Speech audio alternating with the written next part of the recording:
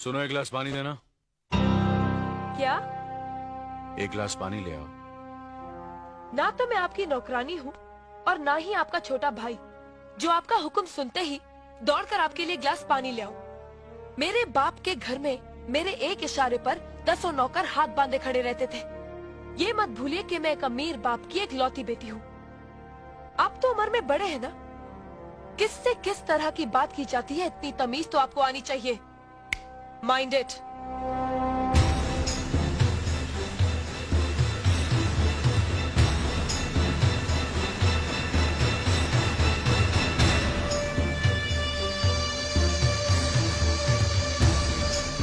मालिक, छोटी बहू की बात का बुरा मत मानना।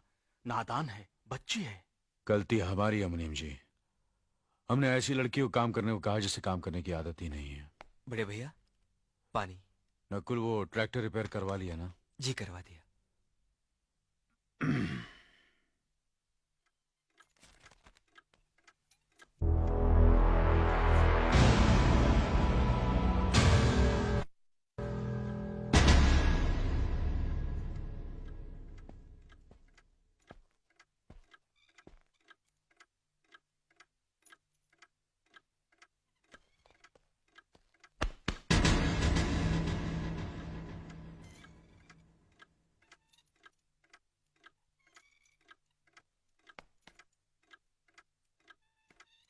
इसे मैं फेंक देता हूँ बड़े भैया, आप जाइए। मुनीम जी, जो राम प्रसाद की बेटी की शादी के लिए जेवर देने के लिए कहा था, भिजवा दिया? जी हाँ मालिक। शहर में रहकर यही बदतमीजी और ओछी हरकतें सीखी आपने? अपने से बड़ों का लिहाज करना नहीं आता आपको? किससे कह रहे हो तुम? आपसे कह रहा हूं। औरत पैदा हुई है तो औरत की तरह रहना सीखिए। मीना, नकुल, तुम अंदर जाओ।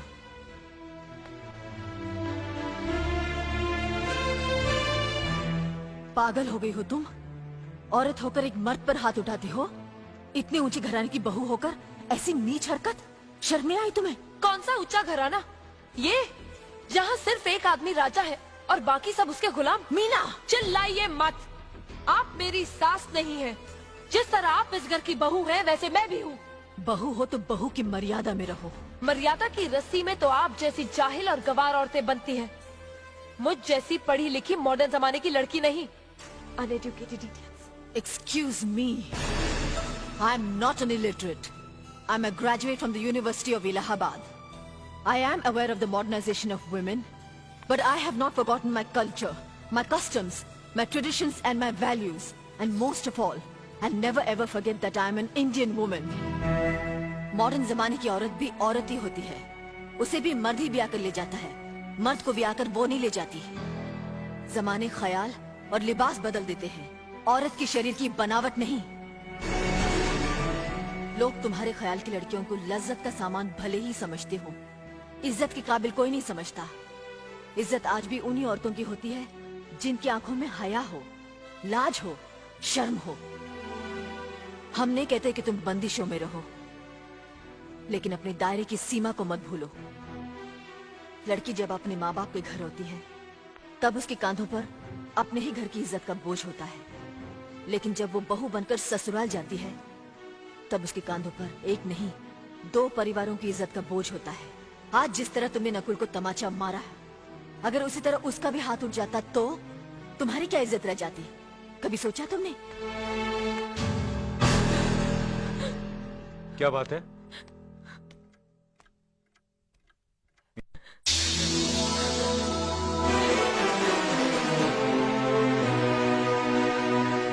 क्या हुआ भाभी? कुछ नहीं।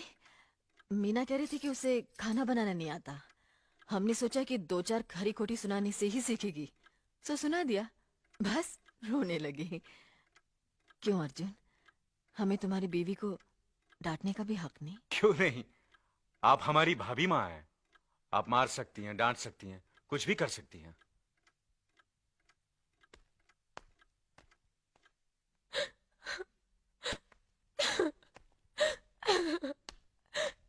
मैंने भूल की जो मैं इन लोगों के बीच आ गई। मेरी तो इस घर में कोई इज्जत ही नहीं है। जब देखो तो सब मेरी इंसल्ट करते रहते हैं। मैं कब से रो रही हूँ, तुम पूछ भी नहीं रहे हो कि मैं क्यों रो रही हूँ। बेकार हो रही है तो कौन पूछेगा?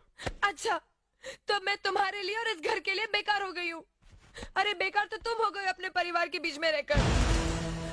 मैं कब से बोली जा रही हूँ और तुम हो के सुन ही नहीं रहे हो। इंसान की चीख सुनकर लोग शुभ अशुभ का विचार करते हैं, लेकिन जब मेंढकी को जुकाम होता है उसकी चीख की कोई परवाह नहीं करता। ये मत भूलो कि जब मेंढकी चिल्लाती है तो आंधी और तूफान आते हैं। आंधी और तूफान आएंगे तो उसका नतीजा तुम्हें ही भुगतना पड़ेगा। तो फिर ठीक है, अब मैं तुम्हारे साथ तब भी रहूंगी जब तुम मेरे साथ मेरे डैडी के घर रहोगे।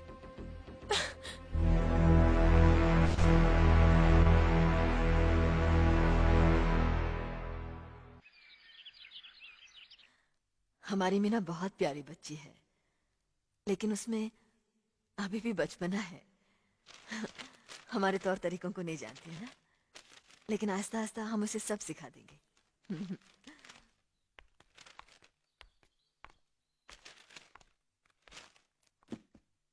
बड़े भैया, ये अपने घर जाना चाहती है।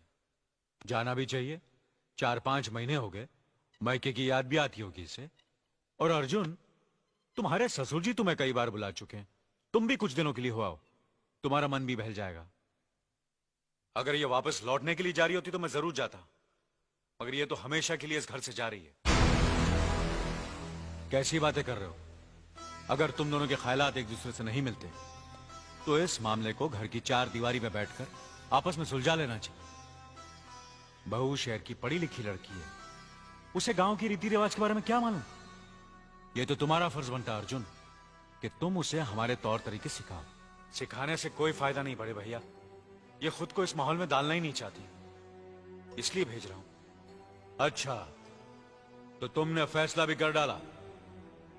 बड़े भैया, बात यह है कि मैंने मीना को, तुम बहुत समझदार भी हो गए हो ना, तो फिर तुम्हें इतना तो समझ लेना चाहिए, अगर बहू अपने आप को बदल नहीं पा रही है तो तुम बहू के मुताबिक बदल जाओ।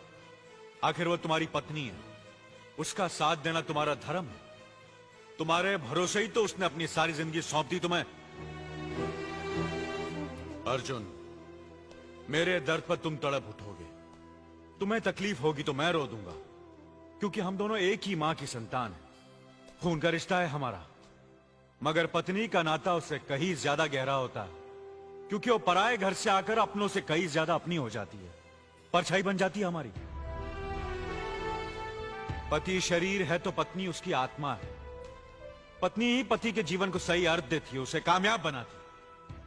पत्नी के बगैर पति बेजान और बेमाने हो जाते हैं। अगर आज तुम अपनी पत्नी को हमेशा के लिए उसके मायके छोड़ाओगे तो ये गांव, ये समाज क्या कहेगा हमारे बारे में? जरा सोचो अर्जुन, न्याय के सिंहासन पर बैठकर जो लोगों के अच्छे बुरे का फैसला करता है, अगर उसी के घर में नाइंसाफी होगी तो लोग हंसेंगे हम पर, किसी को मुंह दिखाने के काबिल नहीं रहेंगे हम। बड़े भैया, मुझसे भूल हो गई, मुझे माफ कर दीजिए। मुनीम जी। जी मालिक। जायदाद के दस्तावेज लाइए। जी अभी लाया। बहू, पति ही पत्नी की असली शक्ति होती है। हमारे पुरखों ने कुल धर्म पत्नी के बारे में कहा है, जो पति के काम में उसकी मददगार हो, उसे अच्छी सलाह दे, जो दासी की तरह उसकी सेवा करे, मां की तरह उसे खिलाए पिलाए, लक्ष्मी का रूप और धरती की तरह उसमें सहन शक्ति हो, वही आदर्श पत्नी होती है। औरत की सोच मर्द का मुकद्दर बनाती है। वो जब बनाने पर आती है तो कुटिया को महल कर देती है, और जब बिगाड़ने पर उतरती है तो महल को मिट्टी का ढेर बना देती है। मालिक, ये जायदाद के दस्तावेज हैं। हमारी जमीन जायदाद कहां कहां है और कितनी है, उसका हिसाब किताब ना बाबूजी को मालूम था, ना हम तीनों भाइयों को मालूम है। बहू, तुम पढ़ी लिखी हो, आज से इसका हिसाब किताब तुम देखोगी। लक्ष्मी जी। अपनी चाबियों का गुच्छा और ये कागजात बहू को दे दो।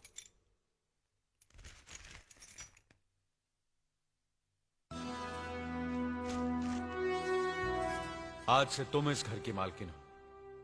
तुम जहां कहोगी, जिस कागज पर कहोगी, हम तीनों भाई चुपचाप आंख बंद करके दस्तखत कर देंगे।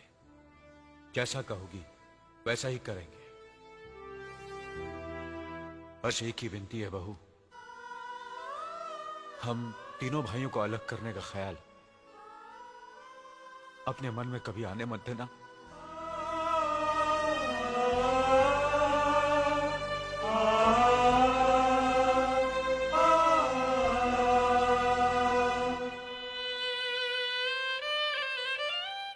बहुत अच्छा किया तुमने बहू, बहुत अच्छा किया।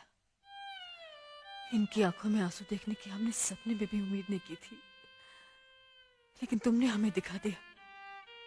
बहुत अच्छा किया तुमने, बहुत अच्छा किया।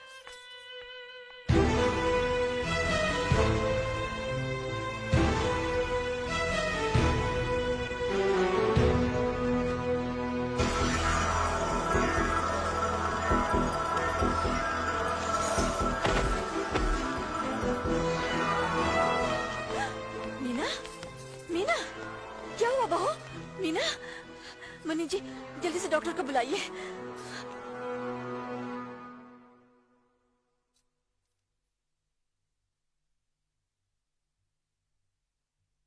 घबराने की कोई बात नहीं, ये माँ बनने वाली है।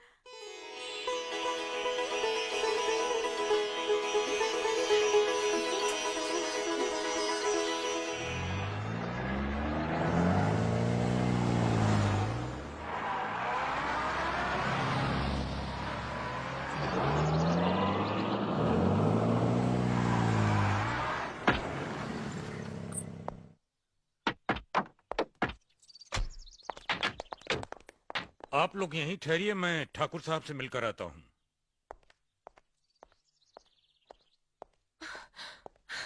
डैडी, डैडी, कैसी हो बेटी? What a pleasant surprise. आने की खबर भी नहीं की।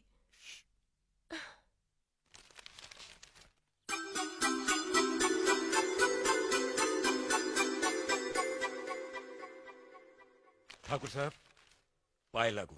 समधी जी, आप अचानक यहाँ कैसे? तशरीफ रखिए, बैठिए ना। आपके बराबर बैठने की मैंने कभी गुस्ताखी नहीं की, तो आज कैसे करूंगा? बहुत दिनों बाद हम लोग मिल रहे हैं। कहिए, आपका कारोबार कैसे चल रहा है? आपकी कृपा और आशीर्वाद से ठीक ही चल रहा है। दिल्ली में इंडस्ट्रीज मिनिस्टर के साथ कब की अपॉइंटमेंट ली है? कल सुबह 11 बजे सर। इनकम टैक्स केस का वकील ने कहा है कि 15 तारीख की हियरिंग में मामला क्लियर हो जाएगा। आज एक्सपोर्ट का माल जापान के लिए जहाज से रवाना हो जाएगा ना? जी हाँ सर। नमस्ते ठाकुर साहब। नमस्ते नमस्ते नमस्ते। अरे दीनानाथ जी, आप लोगों ने यहाँ आने की तकलीफ क्यों की? मैं आपकी संस्था के लिए गवर्नर साहब से बात कर चुका हूँ, आपका काम हो जाएगा। धन्यवाद, बहुत बहुत अरे गोपीनाथ जी, होम मिनिस्टर ने वादा किया कि आपके भाई का ट्रांसफर जल्दी ही हो जाएगा। Thank you sir. Daddy, good morning daddy. Good morning my child. आप कहीं जा रहे हैं क्या? हाँ बेटी, एक जरूरी काम से दिल्ली जा रहा हूँ, अपना ख्याल रखना। हाँ, ओके। Okay, bye. पास में ही फैक्ट्री के लिए जमीन देखने आया था, सोचा आपके दर्शन करता चलूं। अब इजाजत दीजिए। इतनी जल्दी कैसे जा सकते हैं आप? भोजन तो करते जाइए। माफ कीजिए, आप तो जानते ही हैं, बाप बेटी के घर का खाना तो क्या, पानी भी नहीं पी सकता। शहर में रहकर भी अभी भी आप इन बातों को मानते हैं? शहर में रहूं या गांव में, मैं अपनी परंपरा और संस्कार कैसे भूल सकता हूं? आखिर मैंने इसी मिट्टी में जन्म लिया है। अच्छा, चलता हूं। अजी, कम से कम बेटी से मिलकर उसकी कुशलता तो पूछ लीजिए। ये क्या कह रहे हैं आप? मैं इतना ऊंचा नहीं हूं कि अपनी बेटी की कुशलता पूछकर आपका अपमान करूं। ठाकुर साहब, ये तो मेरी बेटी का सौभाग्य है कि वो इस मंदिर जैसे पवित्र घर में बहू बनकर आई, और फिर आपकी छत्र छाया में तो वो कुशल हो गई ही। राम राम। राम राम। बेटे, जिस तरह तुम मैके में चहकाती रही हो ना, वैसे ही अपनी ससुराल को भी महकाती रहना। जी।